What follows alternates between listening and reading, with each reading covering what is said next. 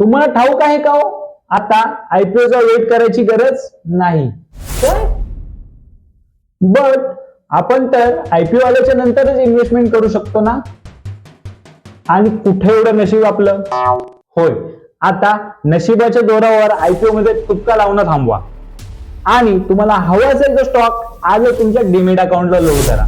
या गोष्टीला unlisted market असं म्हणतात. पण हे लीगल आहे ना? होय, हे लीगल आहे. बर, मग बाय कसं करायचं? तुमच्या फायनान्शियल ऍडवायझर किंवा नामांकित ब्रोकरशी कॉन्टॅक्ट करा. बरं, याचे फायदे काय? फर्स्ट, आयपीओच्या अगोदर बाय केल्यामुळे बहुधा हा स्टॉक आपल्याला कमी किमतीत मिळतो. सेकंड, ज्यावेळेस आयपीओ लिस्टेड होतो त्यावेळेस आपल्याला शेअर होल्डर कोट्यामधून एक वेगळी जागा मिळते. हे झाले फायदे. आता पाहूया आपण तोटे. तोटा असा की हा स्टॉक आपण 6 महिने विकू शकत नाही. सेकंड आणि सर्वात मेजर जो आहे लिक्विडिटी इश्यू, म्हणजे तुम्हाला हवे त्यावेळेस हा स्टॉक तुम्ही विकू शकत नाही.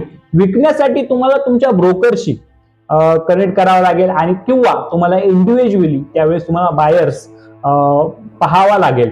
आणि जर आजच तुम्हाला तुमची अनलिस्टेड जर्नी स्टार्ट करायची असेल तर खाली दिलेल्या नंबरवर कॉल करा किंवा तुमची ऑलरेडी इन्व्हेस्टमेंट असेल ज्याच्यामध्ये तुम्हाला प्रॉफिट बुक करायचं असेल तर खाली दिलेल्या नंबरवर संपर्क करा.